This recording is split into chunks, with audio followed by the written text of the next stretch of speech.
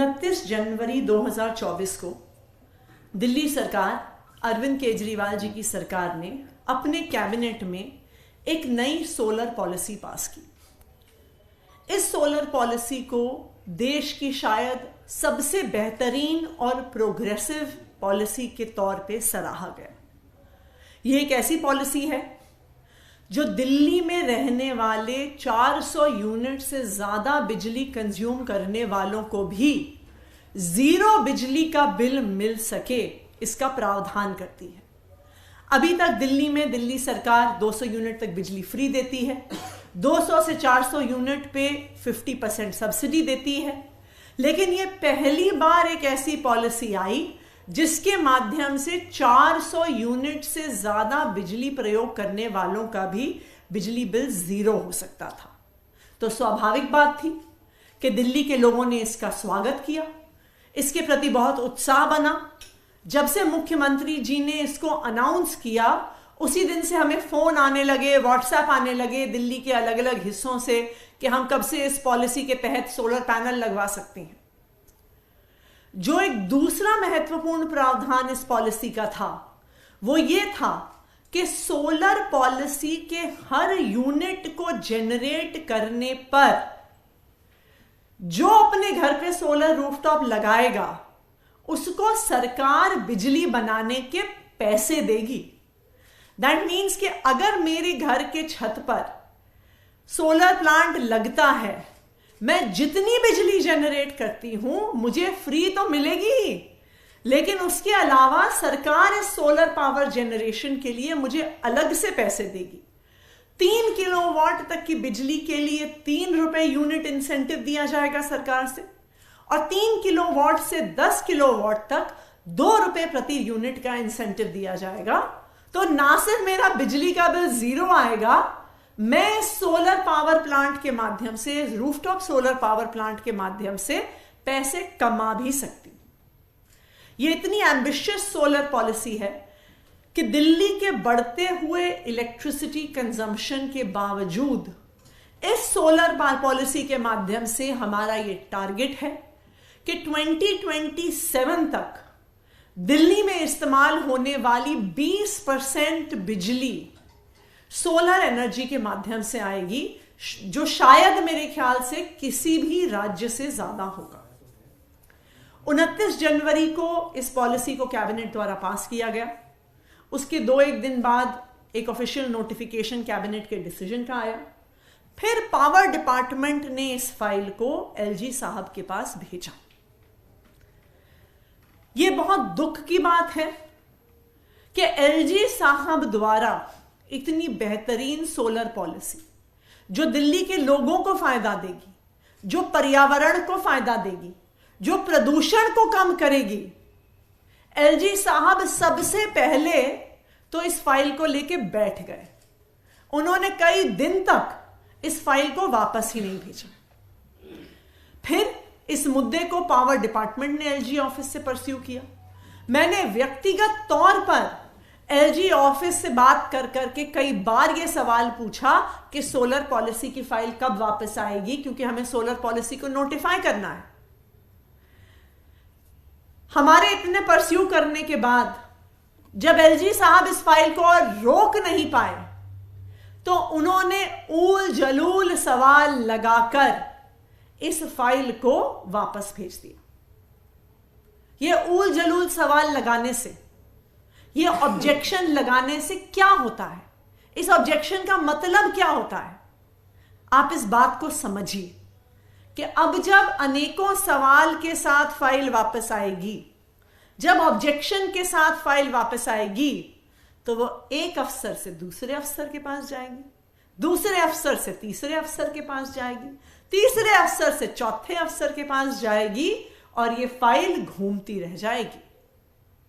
यह ऑब्जेक्शन लगाने का सिर्फ एक ही ध्येय है कि इस पॉलिसी को रोका जाए और अगले महीने आने वाली आचार संहिता से पहले इस पॉलिसी को नोटिफाई नहीं होने दिया जाए, इस पॉलिसी को इंप्लीमेंट नहीं होने दिया जाए। क्यों?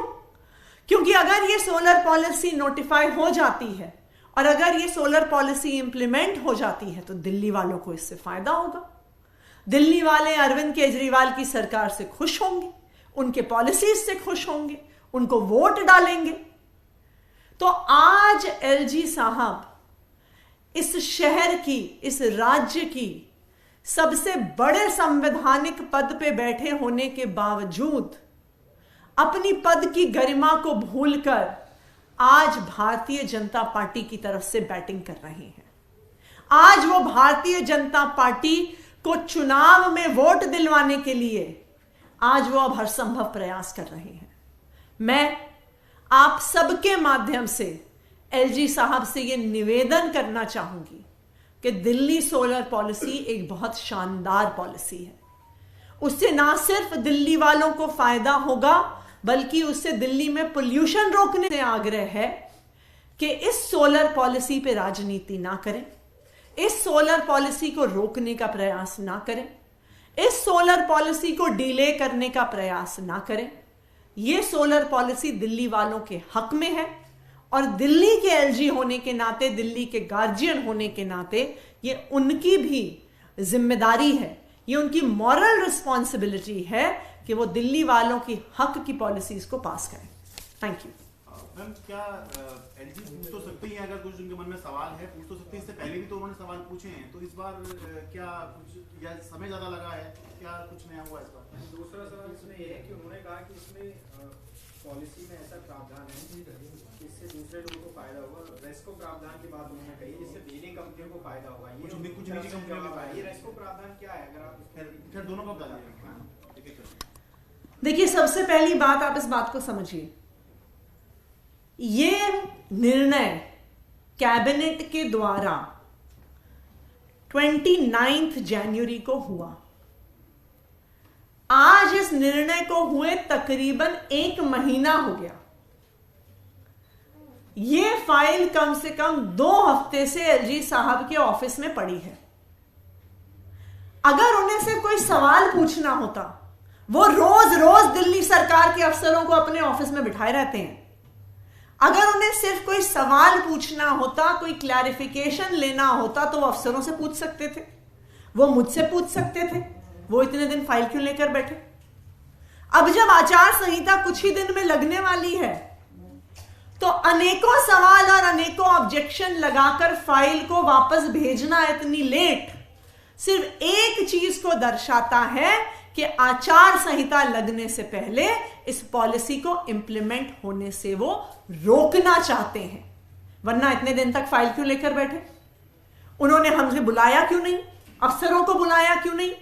फोन लगाकर पूछ लेते, मुझे एज पावर मिनिस्टर आपने अपने ऑफिस में बुला लेते, चर्चा कर लेते।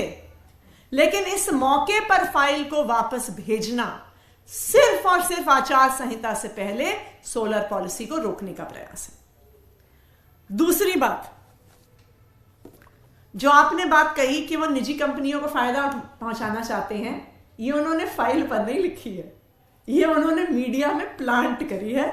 सबसे पहली बात, मुझे इस बात का अचंभा है कि इतने ऊंचे संवैधानिक पद पर बैठे हुए व्यक्ति को आज मीडिया में स्टोरीज प्लांट करने की जरूरत क्यों है, ये सोचने वाली बात है। क्योंकि जब वो, ये आप लोग भी जर्नलिस्ट होने के माध्यम से इस बात को याद रखें कि कुछ दिन बाद अगर ये मामला कोर्ट जाएगा तो एलजी ऑफिस वहां पे एफिडेविट फाइल कर देगा कि हमने कोई ऐसी खबर नहीं दी है, हमने कोई प्रेस रिलीज नहीं दी है, जैसा वो कई मामलों में पहले कर चुके। लेकिन फिर भी मैं सवालों का जवाब दूंगी। ये रेस्को मॉडल और स्पेसिफिकली हाइब्रिड रेस्को मॉडल क्या होता है?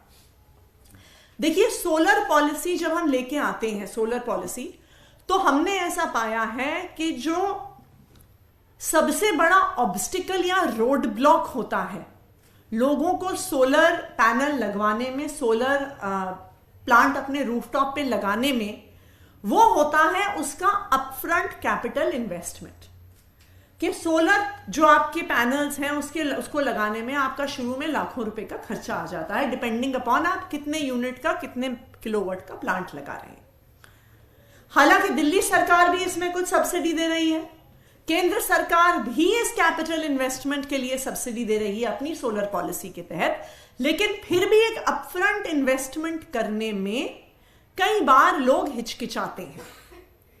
ये रेस्को मॉडल एक ऐसा मॉडल है जिसके माध्यम से कोई प्राइवेट कंपनी जो सोलर प्लांट्स लगाती है वो अलग अलग लोगों के रूफटॉप पर, चाहे वो किसी ऑफिस का रूफटॉप हो, चाहे किसी कमर्शियल बिल्डिंग का रूफटॉप हो, या किसी के घर का रूफटॉप हो, किसी ग्रुप हाउसिंग सोसाइटी का रूफटॉप हो, रेस्को मॉडल के हिसाब से जो कैपिटल इन्वेस्टमेंट है वो प्राइवेट कंपनी करेगी, जो रूफटॉप है वो घर का मालिक देगा, और जिसके घर पे रूफटॉप सोलर लग रहा है उसको बिना कैपिटल इन्वेस्टमेंट किए सस्ती सोलर बिजली मिलेगी। यह है रेस्को मॉडल। इस बार हमने एक हाइब्रिड रेस्को मॉडल भी शुरू किया है, जिसके माध्यम से अगर मैं एक होम ओनर हूं और मेरे छत पे जगह कम है, तो कोई एक रेस्को कंपनी जो सोलर प्लांट्स लगाती है वो अलग अलग लोगों की छत की स्पेस को एग्रीगेट करके वो एक सोलर प्लांट लगा सकती है। और अगर मेरी छत पे छोटी भी जगह हो, मैं किसी और की छत का फायदा उठा के वहां पे सोलर प्लांट लगवा सकती। बताइए ये अच्छी स्कीम है कि खराब स्कीम है?